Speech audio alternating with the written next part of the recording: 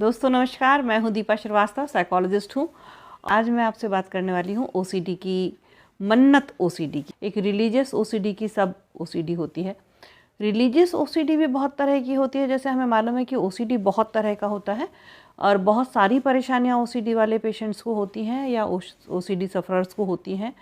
और ये मान के चलिए कि जिस तरह से बहुत सारी तरह की ओसीडी होती है और फिर जिस जिस तरह की ओसीडी होती है उसमें भी सबकी स्टोरी अलग अलग होती है। उसमें भी सबकी अपनी सोच जो होती है वो अलग अलग होती है। ऑब्सेशन है वो अलग अलग तरह का होता है। एक जो थॉट आते हैं वो सबके अलग अलग तरीके के होते हैं और इसीलिए ओसीडी के पेशेंट्स को कहा जाता है कि वो काउंसलिंग लें, जिससे ये समझ में आए कि ये जो थॉट उनके बन रहे हैं वो थॉट आए कहाँ से हैं और कैसे कैसे कर कर के वो डेवलप हो गया है ओसीडी में। वो सारी प्रॉब्लम्स ओसीडी में कन्वर्ट हो गई हैं जो कि नॉर्मल थॉट में होती हैं।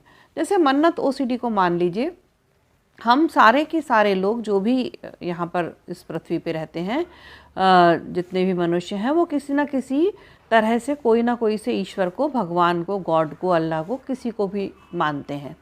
और हम लोग सारे, हमारी सभी की कंडीशनिंग ऐसी होती है कि जिसमें हम कोई ना कोई ईश्वर से अपनी कोई ना कोई बात बोलते रहते हैं, बताते हैं, उनसे मांगते हैं, उनसे प्रार्थना करते हैं कि भगवान ऐसा कर देना तो मैं ऐसा करूँगा। और रोज़ हमको आदत होती है ईश्वर से हाथ जोड़ कर के कुछ ना कुछ उनको दिया बत्ती करते हैं तब, या जो लोग जिस भी तरह से जो भी पूजा पाठ का रिचुअल करते हैं ईश्वर के सामने, वो कुछ ना कुछ अपने मन में अक्सर मांगते रहते हैं। अच्छा, एक चीज़ और होती है कि हम वैसे धर्म, कोई भी धर्म हो, हम ऐसा सोचते हैं, ऐसा सोचना चाहिए। बहुत सारे लोग, ज़्यादातर लोग तो यही सोचते हैं कि ईश्वर को हम प्रेम करते हैं, ईश्वर हमसे प्रेम करता है और जो भी है वो हमारा, जो हमें ईश्वर ने दिया है, ये इतनी बड़ी प्रकृति में हम रह रहे हैं, इस धरती पे हम रह रहे हैं और जितने भी रिसोर्सेज हमारे पास हैं ये सब ईश्वर का दिया हुआ है। लेकिन फिर भी हम बहुत बार जब परेशान होते हैं तो बहुत सी बार ऐसा करते हैं कि हम ईश्वर को बोलते हैं कि हे भगवान ऐसा करना कि मेरा ये वाली समस्या को दूर कर देना, मैं प्रसाद चढ़ाऊँगी, या हम कथा कराएंगे, या हम किसी पर्टिकुलर किसी देवी देवता के पास जाकर के, वहाँ जाकर के चढ़ावा चढ़ाएंगे और हमारी ये समस्या दूर कर दो। तो ये नॉर्मल सी दिखने वाली जो बात है, ये जो सबके साथ होती है, ये शायद ही कोई एकाध ही व्यक्ति होगा, 1% तो बहुत बड़ी चीज़ है, एकाध ही व्यक्ति होगा जो अपनी किसी भी समस्या को ईश्वर को बोल करके किसी तरह की मन्नत ना मांगता हो। लेकिन अब यही मन्नतें ओसीडी में कन्वर्ट हो जाए तो कितनी परेशानी हो। तो होता ये है कि बहुत बार तो बहुत सारे लंबे समय तक ओसीडी के जो सफ़रर होते हैं उनको पता भी नहीं चलता है कि वो उन्हें ओसीडी हो गया है, क्योंकि वो तो मन्नत मांग रहे हैं, वो तो भगवान से बात कर रहे हैं, वो तो ईश्वर को अगरबत्ती लगा रहे हैं, दिया बत्ती कर रहे हैं, पूजा पाठ कर रहे हैं, व्रत उपास कर रहे हैं। किसी उन्होंने कुछ बोला कि भगवान मेरे को इस विषय में मेरे को अच्छा पेपर नहीं गया, मुझे पास कर दो, या मेरी अगर अच्छी तैयारी हो जाए तो मैं फिर 5 ये वाले व्रत करूँगी। ऐसा नॉर्मल चलता है। ये बहुत ही हद से ज़्यादा नॉर्मल बात है कि ऐसा हमारी सोसाइटीज़ में चलता है। इसमें कोई धर्म की बात नहीं है, ये हर धर्म में चलता है कि हम ईश्वर से मांगते हैं और ईश्वर हमें देता है, ऐसा हमारा बिलीफ होता है। अब ये बिलीफ जाने कब धीरे धीरे किसी किसी को उलझन में फंसा देता है। और मेरे पास अभी कुछ केस ऐसे थे, काफ़ी समय से भी, बहुत पहले भी आए, अभी रिसेंटली भी आए, जिसमें प्रॉब्लम ये थी कि उन्होंने कहा कि मुझे जैसे ही कुछ दिखता है, जैसे कोई व्यक्ति पूजा कर रहा है, कोई भी व्यक्ति, वो मंदिर के सामने से गुजरी और वहाँ कोई व्यक्ति पूजा कर रहा है, वो दिया लगा रहा है, उन्होंने देखा कि वो दिया इतनी बार, तो वो रुक जाती और उसके दिए को देखती। और उन्होंने कहा कि अगर ये 10 बार दिया घुमा रहा है तो मुझे भी 10 बार दिया घुमाना है, और फिर अगर मैंने नहीं घुमाया तो कोई बहुत बड़ी समस्या हो जाएगी। और बहुत सारी रील देखती रही, तो इस वाले राशि वाले को ऐसा करना चाहिए, उस वाले राशि वाले को ऐसा करना चाहिए, ये कुछ रील उन्होंने शुरुआत में देखी। और फिर उसमें उन्होंने देखा कि उनको इस कलर के कपड़े नहीं पहनने चाहिए और उनको ये दान करना चाहिए, उनको सुबह उठकर ऐसा करना चाहिए, तब ऐसा करना चाहिए, ये वाले भगवान को मानना चाहिए, ये वाला नक्षत्र आ रहा है और इस वाले दिन ये इतने सालों बाद ये वाली एनर्जी आ रही है और इतने सारे ग्रह मिल रहे हैं और इसकी चाल वैसी है, उसकी चाल वैसी है, तो इस ये वाला दान दक्षिणा करना चाहिए, इस तरह का उपवास करना चाहिए। और इन्होंने इस तरह की चीज़ें देखना शुरू की, तो वो धीरे धीरे वो इतनी ज़्यादा उलझ गई उसमें कि अब तो उनको लगने लगा कि जैसे ही वो, अब रील कितनी देर की होती है, 1 मिनट अब तो 3 मिनट की होने लगी यूट्यूब पर या फिर फेसबुक पर देखिए, तो वो कुछ मिनट्स के अंदर, बहुत छोटा 1 मिनट के अंदर उन्होंने दूसरी रील लगाई। तो अब क्या होता उनके साथ, ये मैं एक केस सुना रही हूँ आपको, जो कि अब काफ़ी ठीक हैं, अभी उनका ट्रीटमेंट चल रहा है, काउंसलिंग चल रही है और वो अब काफ़ी हद तक ठीक हैं। तो 1-1.5 मिनट में उन्होंने फिर से, अब क्या होता है जब इस तरह की कोई रील्स देखी जाती हैं तो उस जिस विषय पर आप रील देखते हैं या जिस विषय पर आप कंटेंट देखते हैं, वही विषय पे कंटेंट आपको दूसरों के भी दिखाए जाते हैं। कुछ ऐसा एल्गोरिदम होता है कि आपके पास वही विषय पर अपने आप कंटेंट आता है। तो जब वो अपने आप कंटेंट आता है तो ये इतनी समझदार नहीं थी कि उन्हें पता हो कि ये कंटेंट आपको अपने आप मिलता है उसी विषय पर जो आपने रुक करके देखा होता है। तो उन्हें ये लगने लगा कि मुझे बार बार ईश्वर की तरफ से इशारा आ रहा है, मुझे ये बार बार बताया जा रहा है कि तुम्हें इस वाले दिन, इस वाले वार में इतने बजे से ये ग्रह नक्षत्र बदलेगा और फिर ऐसा करना है। तो उन्होंने वो सब करना शुरू कर दिया।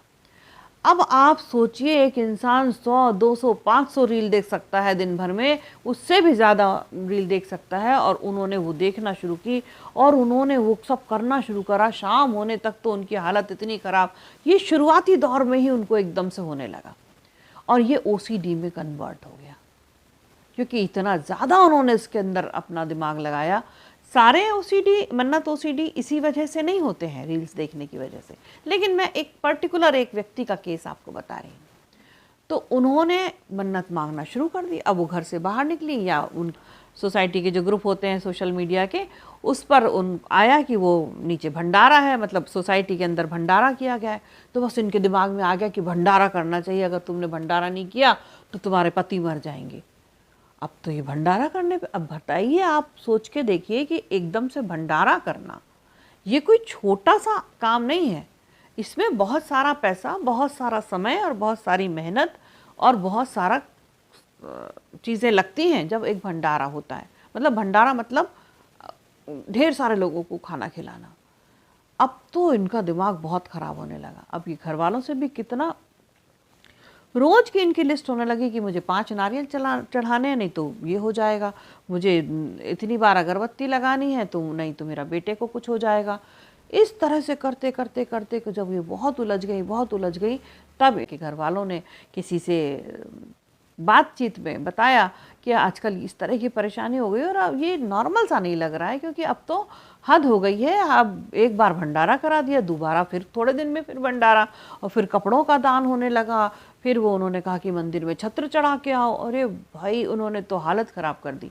तब घर वालों को समझ में आया, क्योंकि ये जो चीज़ें होती हैं, प्रॉब्लम यहाँ होती है OCD के व्यक्तियों के साथ, सारे जो OCD के सफ़रर होते हैं उनके साथ प्रॉब्लम ये होती है कि उनकी जो उलझन होती है, जहाँ वो उलझता है लूप में, जो उनके थॉट उलझता है, वो बहुत कुछ शुरू में नॉर्मल होता है, धीरे धीरे उसकी फ्रीक्वेंसी बढ़ती है, और जब फ्रीक्वेंसी बढ़ती है धीरे धीरे, तो वो उस व्यक्ति को अंदर अंदर परेशान करने लगता है।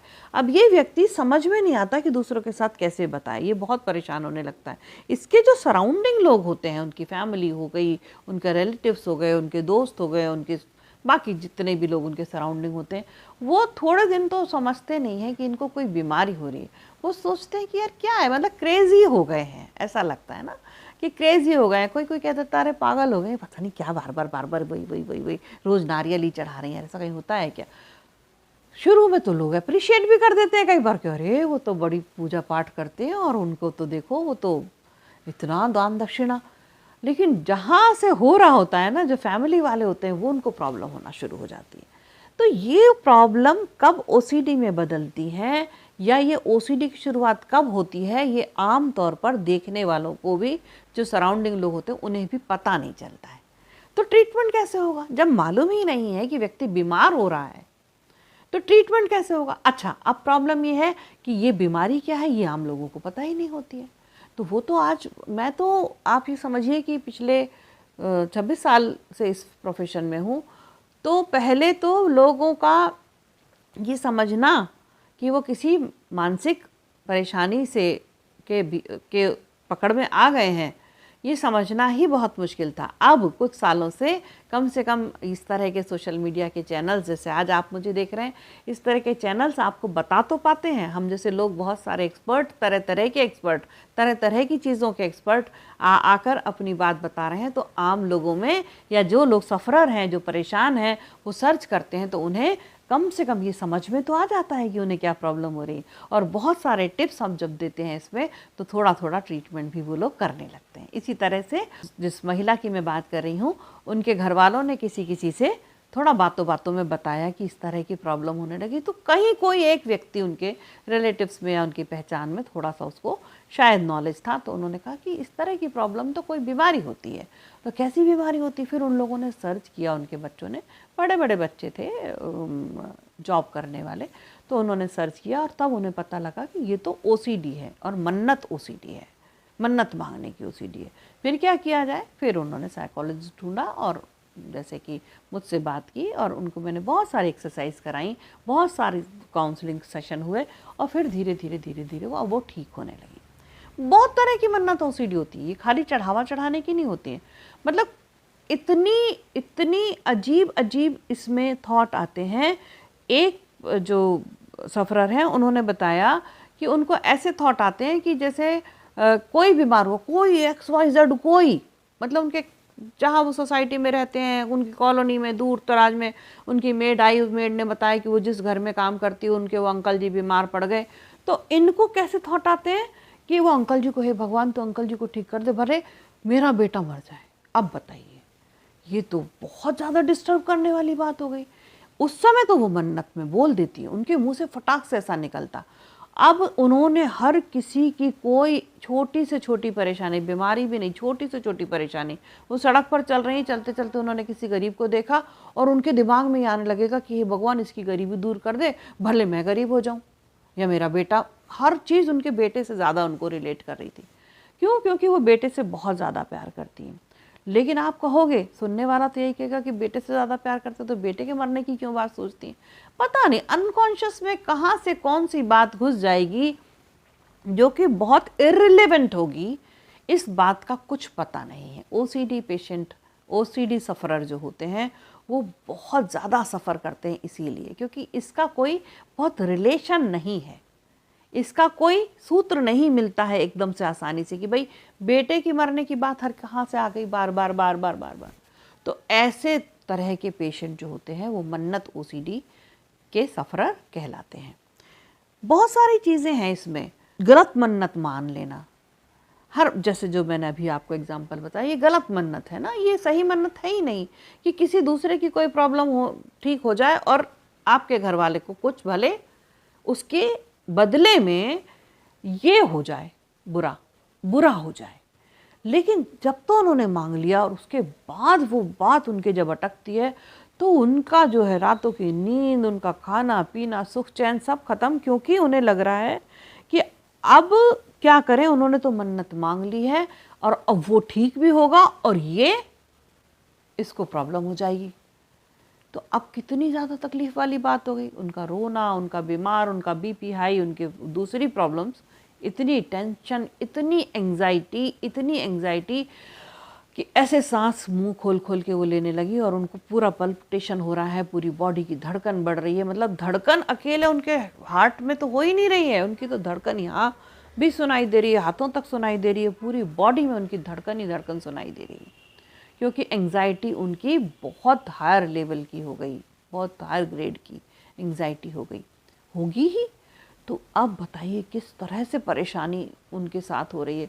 उनका कोई कसूर नहीं है। देखिए ओसीडी के जो पेशेंट हैं, ये एक वैसी ही बीमारी है जैसे किसी के घुटने में दर्द हो जाता है या घुटने में कोई गांठ पड़ जाती है, फिर वो लचकता है और घुटना सही से चाल नहीं देता आपको और आपकी चाल बिगड़ जाती है। या आँखों में चश्मा लग जाता है, आँखों से सही रोशनी नहीं हो बनती और आप आँखों से सही चित्र नहीं देख पाते हैं या दुनिया को नहीं देख पाते हैं। तो बहुत उसमें ना तो अब अगर मुझे चश्मा लगा है तो ये मेरी कोई बहुत बड़ी गलती नहीं है कि मुझे चश्मा लगा है, या किसी के घुटनों में या किसी के लंग्स में कोई प्रॉब्लम हो गई है, हाथ में कोई प्रॉब्लम हो गई है किसी का, तो वो कोई ऐसी कोई बड़ी प्रॉब्लम नहीं है। बिल्कुल वैसे ही ओसीडी भी किसी को भी हो सकती है। इसके लिए कोई ऐसा बिल्कुल भी नहीं है कि ओसीडी किसी महिला को ही होगी। मन्नत ओसीडी पुरुषों को भी होती है, मन्नत ओसीडी महिलाओं को भी होती है, मन्नत ओसीडी बच्चों को भी हो सकती है। बच्चे तक मैंने देखे हैं जो मन्नत ओसीडी के हैं काफ़ी साल पहले, अभी तो कोई रिसेंट केस नहीं है, लेकिन बच्चों को भी मन्नत ओसीडी होती है, बुज़ुर्गों को तो बहुत ज़्यादा होती है। जैसे जैसे उम्र बढ़ती जाती है ओसीडी की फ्रीक्वेंसी बढ़ती जाती है। तो ओसीडी जो है वो जितना लंबा होगा और जब तक उसकी काउंसलिंग नहीं होगी तब तक ओसीडी तेज़ी से ना वाइड एंगल में फैलती है। ओसीडी ऐसे नहीं चलती सीधी सीधी, ये ऐसे चलती, ऐसे फैलती है और आपको पूरा कैप्चर कर लेती है, पूरा घेर लेती है। तो जो पेशेंट होते हैं, जो ओसीडी के सफ़रर होते हैं, उनको बहुत ज़्यादा परेशानी होती है। बहुत बार तो वो इतने परेशान हो जाते हैं, उनको ये समझ में आ जाता है। एक अंकल जी, काफ़ी करीब 65 साल के अंकल जी, उनका केस आया था कुछ समय पहले। तो वो उनको बार बार जब वो बोले तो वो उन्होंने क्या शुरू किया, सिंपल सी चीज़, देखिए बहुत साधारण सी चीज़। कुछ साल पहले उन्होंने सोचा मैं रिटायर हो रहा हूँ, मैं बुज़ुर्ग हो रहा हूँ, तो मैं राम राम लिखना शुरू करूँ। तो उन्होंने थोड़ा सा रिटायरमेंट के बाद पूजा पाठ का समय बढ़ा दिया, अपना पूजा पाठ बढ़ाया। फिर वो अपने सोसाइटी में जहाँ वो रहते थे उनके पास में एक मंदिर था, उस मंदिर में जाना शुरू कर दिया। फिर मंदिर के भगवान जी को किसी ने उनको बताया कि शिव जी का मंदिर है तो उसको साफ़ करना चाहिए, बार बार जो फूल नीचे गिर जाते हैं उनको साफ़ करना चाहिए और मंदिर की सेवा करनी चाहिए। मंदिर की सेवा उन्होंने करनी शुरू की और उन्होंने अब खुद भी वो 60-62 साल के हैं और उन्होंने मंदिर की सेवा करनी शुरू करी। ऐसे में करते वो थोड़ा सा जो एक प्रॉब्लम होती है कि एक एज में आकर इंसान को बहुत सारे लोग बातें करने को नहीं मिलते, तो वो अपने से बातें करने लगे। और जब अपने आप से बातें करने लगे तो उन्होंने बोलना शुरू कर दिया कि ऐसा हो जाए तो वैसा हो जाए। और बोलते बोलते अब उनकी ये प्रॉब्लम हो गई कि वो कभी भी बात करते करते जो लोग, नमस्ते अंकल जी, चलो तुम्हारा ऐसा अच्छा बोलना शुरू किया उन्होंने पहले कि तुम सफल हो जाओ, बहुत गॉड ब्लेस यू, इस तरह से। लेकिन धीरे धीरे पता नहीं उनको क्या हुआ और फिर धीरे धीरे अचानक से उनके मन में ये सब चीज़ें आने लगी कि इसको ऐसा तो नहीं हो जाएगा, ये जा रहा है व्यक्ति, इसने नमस्कार किया, ये गाड़ी स्टार्ट की और अब इसका एक्सीडेंट हो जाएगा। अब उन्होंने बोल दिया और बाई चांस कभी ऐसा हुआ या नहीं हुआ इसका कोई एविडेंस नहीं मिला उनकी फैमिली वालों से भी बात करके, लेकिन वो कहते हैं कि जब मैं ऐसा कहता हूँ तो ऐसा हो जाता है, मैं ऐसा सोचता हूँ कि किसी का ऐसा हो जाए तो वैसा हो जाता है। जब घर वालों के समक्ष उनकी बात आई तो घर वालों ने उनको समझाया कि आप ऐसा मत बोला करो, आप ऐसा सोचते ही क्यों हो। तो इन्होंने बिल्कुल चुप्पी साध ली। अब ये इतना डरने लगे कि मैं बोलूँगा तो ज़रूर मैं कुछ ऐसी मन्नत मांग लूँगा या ऐसे वर्ड्स निकल जाएंगे कि किसी को का कुछ बुरा हो जाएगा, या मैं भगवान से बोल दूँगा कि तुमको मैं ऐसा करूँगा तो वैसा हो जाएगा और फिर वो हो जाएगा। ये बिलीफ सिस्टम उनका बहुत ज़्यादा गहरा गया, इतना गहरा हो गया कि अब तो इनको लगने लगा कि उनके मुंह से जो भी बात निकलेगी वो हो ही जाएगी। ये बहुत एंग्जाइटी वाली बात है, ये छोटी बात नहीं है। जो व्यक्ति ऐसे विचार में उलझता है उसके लिए ये बहुत बड़ी समस्या हो जाती है, क्योंकि उसको ना ऐसा नहीं होता कि कोई पर्टिकुलर कोई वक्त है या सिर्फ पूजा करते में करता है। अब वो धीरे धीरे, मैंने बताया ना, वो सीधा नहीं चलती है ये प्रॉब्लम, ये वाइड एंगल में चलती है। तो ऐसे करके ग्रिप में लेती हैं। तो एक वक्त में तो वो जब वो शाम को मंदिर जाते थे या सुबह मंदिर जाते थे तब होता था, लेकिन अब तो वो धीरे धीरे बढ़ कर के वो तो 24 घंटे होने लगा। अब तो उनकी नींद भी उड़ गई, वो नींद में भी इतने परेशान होने लगे कि उनको नींद में भी यही सब चीज़ें, यही आवाज़ें, अपनी ही आवाज़ में उनको ये सारे गाइडेंस मिलती रहती थी कि तुम ऐसा कर दो तो वैसा हो जाएगा, और अगर तुमने ऐसा नहीं किया तो वैसा हो जाएगा। मतलब अगर भगवान को ऐसा नहीं चढ़ाया, आज लड्डू नहीं चढ़ाया, तो इस व्यक्ति का ऐसा हो जाएगा, उस व्यक्ति का हो जाएगा। और उसके बाद उनको अपने घर वाले, अपने परिवार वाले, अपने मित्रों को, अपने जो भी पहचान वाले हैं और जो नहीं पहचानते, दूर से सिर्फ उन्होंने चेहरे से पहचानते हैं, उन सब के बारे में भी उनके पास बुरे बुरे ख्याल आने लगे। इतनी एंग्जाइटी लेवल जब हो जाएगी, बढ़ जाएगी, तो सोचिए कितना ज़्यादा पूरी बॉडी में परेशानी होगी। कर कुछ नहीं सकता इंसान, क्योंकि वो कितनी चीज़ें चढ़ाएंगे ईश्वर को कि उनको सेटिस्फेक्शन हो जाए। अब यहाँ पर प्रॉब्लम ये है कि उनको सेटिस्फेक्शन, अगर उन्होंने आज उनको ये ऐसा विचार आया, ऑब्सेशन आया कि अगर मैं 5 नारियल चढ़ा दूंगा तो ये प्रॉब्लम नहीं होगी, अगर मैंने 5 नारियल नहीं चढ़ाए तो उस व्यक्ति को ये प्रॉब्लम हो जाएगी। मतलब अब इनके जो पर्टिकुलर जो फैमिली वाले हैं, उनसे अलावा भी इनको विचार आने लगे। अभी जाके मान लीजिए 5 नारियल चढ़ाया है तो थोड़ी देर के लिए इनको सेटिस्फेक्शन हुआ, लेकिन ना जाने कब दोबारा से एक और विचार आ गया कि अगर मैंने भगवान को वहाँ जा कर के या वहाँ पर मज़ार पे चादर नहीं चढ़ाई तो ऐसा हो जाएगा। फिर मैंने ये नहीं, अब वो चादर चढ़ाने के लिए परेशान हो गए। फिर उन्होंने कहा कि अगर मैं रोज़ हवन नहीं करूँगा इतने बजे उठकर तो वैसा हो जाएगा। अब इस तरह से उनको बार बार तो कितनी बार वो सारा मन्नतों का जो चढ़ौतरी है वो कितनी बार कर पाएंगे। वो हर बार नहीं कर पाते थे, तो एंग्जाइटी जब तक नहीं कर लेते हैं तब तक उसके अगेंस्ट जो सेटिस्फेक्शन आना है, मतलब जो विचारों का थमना है, मतलब कि उनको वापस से नॉर्मल सांसें नहीं आ पाती थी जब तक कि वो उस विचार को जो उन्हें आया था उसका जो ऑब्सेशन है उसको कंपल्शन में कन्वर्ट करके वो चढ़ावा ना चढ़ा दें। ये बहुत बड़ी समस्या हो गई थी। इस तरह की समस्याओं से सुलझने के लिए बहुत सारे ब्रीदिंग पैटर्न चेंज करने पड़ते हैं, बहुत सारे बिहेवियर पैटर्न चेंज करने पड़ते हैं, सोचने के तरीक़ों को चेंज करना पड़ता है, जिसको CBT कहते हैं। कॉग्निशन, ये कॉग्निशन की प्रॉब्लम है। कॉग्निशन मतलब हमारी समझ की प्रॉब्लम है, हमें गलत समझ में आने लगा है। और गलत समझ में आना कोई बात भी नहीं है जिसमें हम लोगों को ये कहें कि तुम पागल हो गए हो, या तुम कैसे बेवकूफ़ हो, या तुम्हारा दिमाग ख़राब हो गया है। ये तो उस व्यक्ति को हो गई है प्रॉब्लम, ऐसी प्रॉब्लम किसी को भी हो सकती है। बस इतना है कि इसके लिए तरह तरह की एक्सरसाइज और CBT और तरह तरह की काउंसलिंग, उनको समझाना 1 by 1, स्टेप बाय स्टेप उनको समझाना पड़ता है। कि सोचिए कैसे समझाना पड़ता है। छोटी सी एक बात बताऊं, वैसे हर एक व्यक्ति की काउंसलिंग उसके स्तर पे आके उसके पर्टिकुलर उसकी परेशानी को समझ के की जाती है, क्योंकि उसकी समझ कहाँ से अटकी थी, कहाँ तक अटकी है, उसका क्या बैकग्राउंड है, उसकी समझ कैसे आ रही है, कहाँ से उसके अंदर ये बिलीफ सिस्टम पैदा हुआ है जो उसको ये थॉट आ रहे हैं, ये सब पर समझना पड़ता है, उसका मैपिंग करनी पड़ती है। हम जैसे साइकोलॉजिस्ट उसकी मैपिंग करते हैं और तब जा कर के समझते हैं कि इस व्यक्ति को कहाँ से समझाना शुरू करना है, क्योंकि ये कहाँ से इसकी जो नस है वो पकड़ में आएगी, कहाँ से इसका विचार है वो जो हमें पकड़ में आ जाएगा, और उसको हम उठा करके धीरे से निकाल के और उसको फिर से ठीक ठाक करके विचार को और वापस रख पाएँ। ये साइकोलॉजी का काम होता है। तो अगर आपकी पहचान में कोई ऐसा व्यक्ति है जिसको इस तरह की प्रॉब्लम हो रही, तो उसके लिए काउंसलिंग ही एक बहुत अच्छा रास्ता हो सकता है।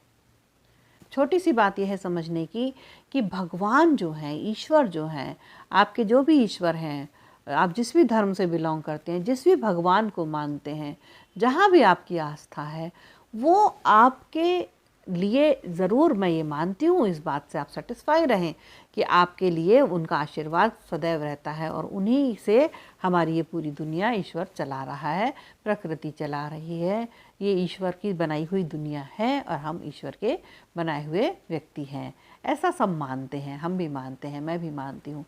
लेकिन क्या भगवान इतना छोटा है? वो तो बहुत बड़ी शक्ति है, बहुत बड़ी शक्ति है। हम तो उसके ज़र्रे के बराबर भी नहीं है। एक ज़र्रा, एक जो धूल का कण होता है ना, हम इस पूरी दुनिया में, इस प्रकृति में उस ज़र्रे के बराबर भी नहीं है। उससे भी छोटी हमारी यूनिट है एक व्यक्ति की। और अगर हमने कुछ चाहा, हमने कुछ भगवान से बोला और भगवान ने हमारी मन्नत पूरी कर दी, 1 बार 2 बार 10 बार, तो देखिए इसमें ना पीछे थोड़ा सा लॉजिक से सोचना पड़ता है। ये बात सच है कि हम भगवान से के ऊपर आस्था रखते हैं, समर्पण रखते हैं और हमको भगवान से प्रेम करना चाहिए। लेकिन जब ओसीडी हो जाती है ना, तो प्रॉब्लम ये होती है कि वो भगवान से प्रेम नहीं कर पाते हैं, डर लगने लगता है, सहम जाते हैं, बहुत तकलीफ़ होती है, क्योंकि उनको बार बार ये लगता है कि अगर उन्होंने मन्नत पूरी नहीं की तो इतना बुरा हो जाएगा और कुछ ऐसा हो जाएगा। देखिए भगवान इतनी छोटी चीज़ नहीं है, भगवान इतनी छोटी सी कोई शक्ति नहीं है कि वो हमारे कुछ ना करने से हमको श्राप दे देंगे या हमारा कुछ बिगाड़ देंगे। नहीं, हुई है वही जो राम रचि राखा। ये बात सही है कि भगवान ने जैसा सोचा है, भगवान जैसा चाहता है, दुनिया वैसी चलती है। तो अगर हमने कुछ नहीं किया तो भी तो दुनिया वैसी ही चलेगी, और अगर हमने 5 नारियल चढ़ा दिए तो भी दुनिया वैसी ही चलेगी। ये सिर्फ हम अपने सेटिस्फेक्शन के लिए करते हैं। भगवान का सेटिस्फेक्शन इसमें कुछ भी नहीं जुड़ा है। थोड़ा सा समझ के इसको देखिए, सोचिए इस बारे में कि अगर मान लीजिए किसी ने कहा कि हम लाल चुनरी चढ़ाएंगे माँ को, और लाल चुनरी चढ़ाने के बाद ही क्या वो किसी को कोई आशीर्वाद देंगी? माँ तो सदैव आशीर्वाद देती है। जैसे मैं भी एक माँ हूँ, मैं, मेरे 2 बच्चे हैं, तो मैं अपने बच्चों के लिए कभी बुरा सोच ही नहीं सकती, है ना। अगर वो मेरे बच्चे मेरे को, मान लीजिए उन्होंने चॉकलेट खाई और मेरे को चॉकलेट दी, और अगर मेरे को चॉकलेट नहीं दी, दोनों ही कंडीशन में मेरे लिए तो मेरे बच्चे उतने ही प्रिय हैं, है ना। आप भी अगर देख रहे हैं वीडियो, आप पिता हैं, माँ हैं, या आपकी माँ हैं, आपके माँ बाप हैं, आप अगर कम उम्र के हैं, तो ये कैसे हो सकता है कि आपके माँ बाप आपको किसी कंडीशनल वैल्यू की वजह से प्यार करें? ऐसे ही ईश्वर बहुत बड़ी शक्ति होता है, वो हमें किसी भी कंडीशन से प्यार नहीं करता है। या हमारी ये ज़िंदगी चल रही है तो हमने कोई बहुत, मैं ही हूँ, मान लीजिए मेरी ये ज़िंदगी है, बहुत अच्छी ज़िंदगी चल रही है, तो इसका मतलब ये नहीं कि मैंने बहुत कुछ किया है ईश्वर के लिए। मेरी क्या औकात है, किसी भी व्यक्ति की क्या औकात है जो ईश्वर के लिए कुछ कर सके? इसको ऐसे करके समझना पड़ता है और समझाना पड़ता है काउंसलर को। तो आप किसी काउंसलर से ज़रूर, मुझसे भी बात कर सकते हैं, और आप किसी भी काउंसलर से, अगर आपके पहचान में कोई काउंसलर है, उनसे भी बात कर सकते हैं। तो मन्नत ओसीडी में जितनी परेशानी मैंने देखी, मेरे पास जब कुछ मेरे क्लाइंट आए और उनकी मैंने जब परेशानी मन्नत ओसीडी की समझी, और मुझे समझ में आया कि मुझे तो लगता था कि मन्नत ओसीडी, पहले जब मेरे पास कोई केस नहीं आया था बहुत साल पहले मन्नत ओसीडी का, तो मुझे लगता था कि बहुत बड़ी बात नहीं, और भी इससे बड़ी बड़ी ओसीडी हैं। लेकिन ये मन्नत ओसीडी बहुत मारती है इंसान को, इतना परेशान करती है, वो इतना डर जाता है, क्योंकि उसका डर उस ये दुनिया चलाने वाले से हो जाता है, उसका डर वो सांसें चलाने वाले भगवान से हो जाता है। उसको एक एक सांस मुश्किल से आती है, एक एक सांस के लिए वो घबराता है, और उसको जितने उसके प्रियजन होते हैं और जितने उसकी नज़र में आए हुए लोग होते हैं, सबके बारे में वो डरता रहता है और हर पल डरता है, और डर डर के किसी तरह जीता है। उसका एंग्जाइटी लेवल बहुत ज़्यादा बढ़ जाता है, उसका डिप्रेशन बढ़ जाता है, उसकी घबराहट बढ़ जाती है, उसका बीपी बढ़ जाता है या लो हो जाता है। बहुत सारे लोगों का जो मेरे नॉलेज में आया, उनका बीपी लो हो जाता है, उनकी शुगर बढ़ जाती है, इतनी चिंता में होते हैं। तो उनकी चिंता मिटाने का एक ही तरीका है कि समझे मन्नत है, लेकिन ये ओसीडी में कन्वर्ट हुई है, इसीलिए ये उलझ रहा है, यहाँ से लूप चल रहा है और एमिगडाला तक जा रहा है, और फिर फ्रंट कॉर्टेक्स तक आ रहा है, फ्रंटल कॉर्टेक्स तक आ रहा है, फिर एमिगडाला तक जा रहा है, और ये लूप ऐसे ऐसे चलता चला जा रहा है यहाँ पर, और ये यहाँ से लेके यहाँ तक के दिमाग में ऐसे ऐसे घूमता जा रहा है, और वो छूट नहीं रहा। मैं और आप भी, बहुत सारे लोग जिनको मन्नत की ओसीडी नहीं है, हम भी मन्नत मांगते हैं भगवान से, हम भी ईश्वर से कहते हैं रोज़ सुबह उठ के कि हे ईश्वर सब कुछ अच्छा करना, लेकिन हम फिर उससे डरते नहीं हैं, है ना। हमको उससे घबराहट नहीं होती, हमको कोई एंग्जाइटी नहीं होती, कोई चिंता नहीं होती, क्योंकि अगर हमने कुछ भगवान के लिए दिया किया, बत्ती लगाई, उनके लिए कोई पाठ पढ़ा, उनके लिए कोई उपास किया, तो उनके लिए नहीं किया है, वो हमने अपने सेटिस्फेक्शन के लिए किया है। ये हमको याद रहना चाहिए, तब हम OCD से बाहर निकाल सकते हैं। तो कोशिश करिए, अगर कोई को मन्नत OCD है तो उसको किसी साइकोलॉजिस्ट से ज़रूर बात कराएं और निकालें उसको उस परेशानी से, उस घेराव से जिसके अंदर वो फंसा हुआ है। मन्नत OCD ठीक हो जाती है, बहुत आसानी से ठीक हो जाती है। कुछ ही काउंसलिंग सेशन लगते हैं और धीरे धीरे उसका पैटर्न जो है वो सोचने का वो चेंज कर दिया जाता है और वो व्यक्ति रिलैक्स फील करने लगता है। धीरे धीरे उसकी मन्नतें छूट जाती हैं, फिर वो ईश्वर से प्रेम करने लगता है और डरना छोड़ देता है। फिर उसको सांस लेने में डर नहीं लगता, फिर उसे कोई भी विचार आता है तो डर नहीं लगता। विचार आता है और विचार चला जाता है, बस ये होता है। तो कोशिश करिए, अगर आपके पहचान में कोई ऐसा है तो उसको ज़रूर, आपका फ़र्ज़ बनता है कि आप उसकी हेल्प करें और आपके उसको किसी काउंसलर तक, किसी साइकोलॉजिस्ट तक पहुंचा दें। मिलते हैं फिर अगले वीडियो में। नमस्कार।